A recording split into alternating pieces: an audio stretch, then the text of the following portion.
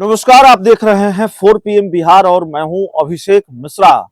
देखिए, लोकसभा चुनाव को लेकर जो सीट बंटवारे का पेच है वो हर राजनीतिक गठबंधन में फंसा हुआ है। इंडिया गठबंधन में भी और एनडीए गठबंधन में भी, और खासकर बिहार में।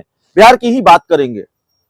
इंडिया गठबंधन में किस तरीके का पेच है और उसको लेकर किस तरीके के बयान है, किस तरीके का टकराव है, आप सब जानते हैं। दूसरी तरफ एनडीए गठबंधन में बाकी 40 सीटों की बात तो छोड़ दीजिए। बिहार में लोकसभा की 40 सीटें हैं, बाकी 39 सीटों की बात छोड़ दीजिए। वहां अलग अलग सीटों पर अलग अलग पेचीदगी है, संख्या को लेकर सवाल है। लेकिन सिर्फ हाजीपुर की बात करें तो ये हाजीपुर की सीट भारतीय जनता पार्टी के लिए सरदर्द बनी हुई है। इंडिया गठबंधन के, माफ कीजिएगा, एनडीए गठबंधन के दो राजनीतिक दल, ऐसा लगता है दोनों के बीच तलवारें तनी हुई हैं। चिराग पासवान और पशुपति पारस दोनों इस सीट पर दावा ठोक रहे हैं और दोनों ने इस सीट को लेकर एक दूसरे के खिलाफ मोर्चा खोल रखा है।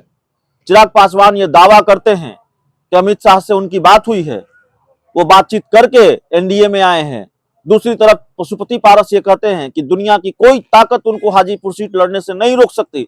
तो ये बात हम पहले भी कर चुके हैं। आज हाजीपुर सीट को लेकर हम बात क्यों कर रहे हैं? आज हाजीपुर सीट को लेकर हम बात कर रहे हैं कि आज बड़े पैमाने पर, बिल्कुल लाव लश्कर के साथ चिराग पासवान पहुंचे थे हाजीपुर। हाजीपुर में उन्होंने रैली की है, जनसभा की है। तो क्या यह माना जाए कि हाजीपुर सीट कंफर्म कर दी है भारतीय जनता पार्टी ने चिराग पासवान को? क्या हाजीपुर सीट को लेकर चिराग पासवान की डील फाइनल हो चुकी है? क्योंकि इससे पहले चिराग पासवान ये दावा करते हैं कि उनकी अमित शाह से लंबी बात हुई, सीटों को लेकर कोई झगड़ा नहीं है। और आज हाजीपुर के अक्षय वट राय स्टेडियम में उन्होंने जनसभा की है। या फिर यह माना जाए कि जैसे ट्रेन की सीट पर रुमाल रखने की कवायद होती है, उसी तरह की कवायद यहां भी चल रही है।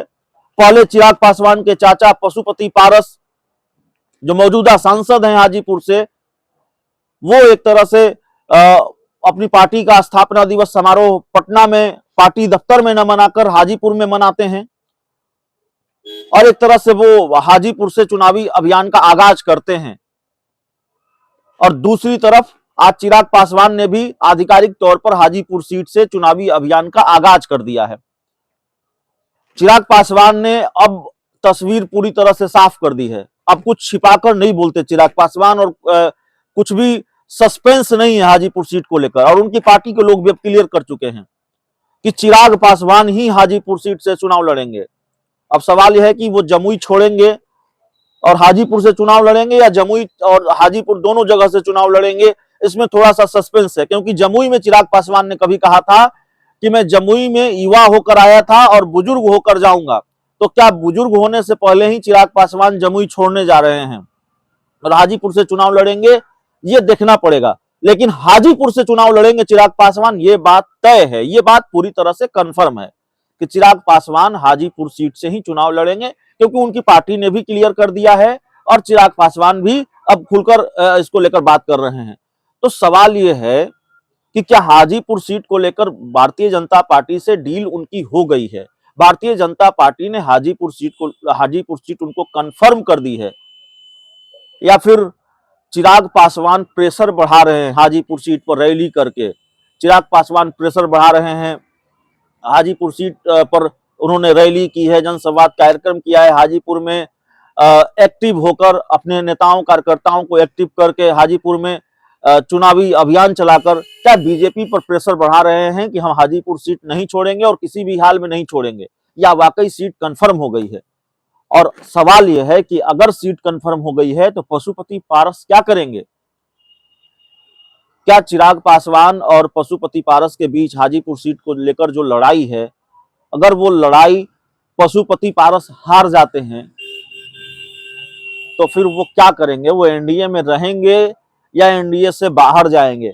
पशुपति पारस को लेकर हम लगातार कहते हैं कि उनका प्लान भी तैयार हो सकता है।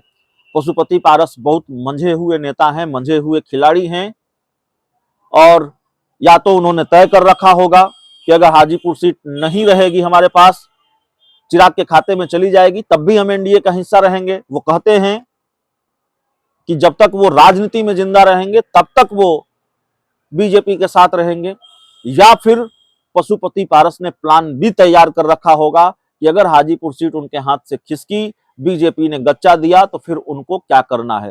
दोनों में से कौन सी बात होगी ये देखना पड़ेगा, क्योंकि पशुपति पारस को लेकर भी कई तरह की चर्चाएं होती हैं।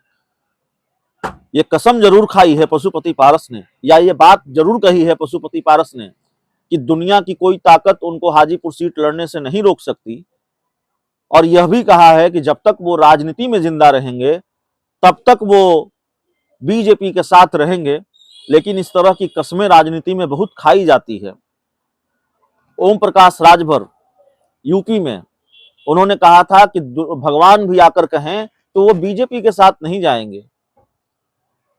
भगवान को आकर कहने की जरूरत नहीं पड़ी, ओम प्रकाश राजभर बीजेपी के साथ चले गए। जीतन राम मांझी बिहार में उन्होंने कहा था कि नीतीश कुमार के साथ ही रहेंगे, उन्होंने मुझे मुख्यमंत्री बनाया, लेकिन जीतन राम मांझी ने भी अपनी कसम तोड़ दी और वो एनडीए के साथ चले गए, बीजेपी के साथ चले गए। तो राजनीति में कसमों वादों का कोई भरोसा होता नहीं है। स्थितियां और परिस्थितियां कसमें वादे तोड़ने पर मजबूर कर देती है। स्थितियां और परिस्थितियां ऐसी आती है कि कसम टूट जाती है। बहुत वक्त नहीं लगेगा यह सस्पेंस खत्म होने में कि हाजीपुर सीट को लेकर बीजेपी क्या फैसला लेने वाली है, क्योंकि फैसला भारतीय जनता पार्टी को ही लेना है। लेकिन चिराग पासवान जिस तरीके से कॉन्फिडेंस में नजर आ रहे हैं, अब ये कॉन्फिडेंस है कि ओवर कॉन्फिडेंस है, लेकिन चिराग पासवान बिल्कुल डंके की चोट पर कह रहे हैं कि हाजीपुर सीट लोक जनशक्ति पार्टी रामविलास ही लड़ेगी। चिराग पासवान बिल्कुल रैली कर रहे हैं हाजीपुर लोकसभा सीट पर, और चिराग पासवान यह भी इशारा कर रहे हैं, मैसेज दे रहे हैं कि भाई हमारी बात तो अमित शाह से हो चुकी है। हाल में उन्होंने कहा कि लंबी बात हुई है। तो हाजीपुर सीट को लेकर क्या खेल होने वाला है, बिहार की राजनीति से जुड़ा सबसे महत्वपूर्ण सवाल यह भी है, क्योंकि हाजीपुर सीट पर जो भी खेल होगा उसके समानांतर एक दूसरा खेल भी होगा। पशुपति पारस पर निगाहें हैं, चाचा भतीजे की इस लड़ाई पर निगाह है इंडिया गठबंधन की, और खासकर नीतीश कुमार की। चिराग पासवान को नीतीश कुमार से दिक्कत हो सकती है, और नीतीश कुमार को चिराग पासवान से दिक्कत हो सकती है। पशुपति पारस को नीतीश कुमार से कोई दिक्कत नहीं है, और नीतीश कुमार को पशुपति पारस से कोई दिक्कत नहीं है। तो नीतीश कुमार और लालू यादव पशुपति पारस के सहारे बीजेपी और चिराग पासवान के साथ भी कोई खेल कर सकते हैं। बहुत पैनी नजर है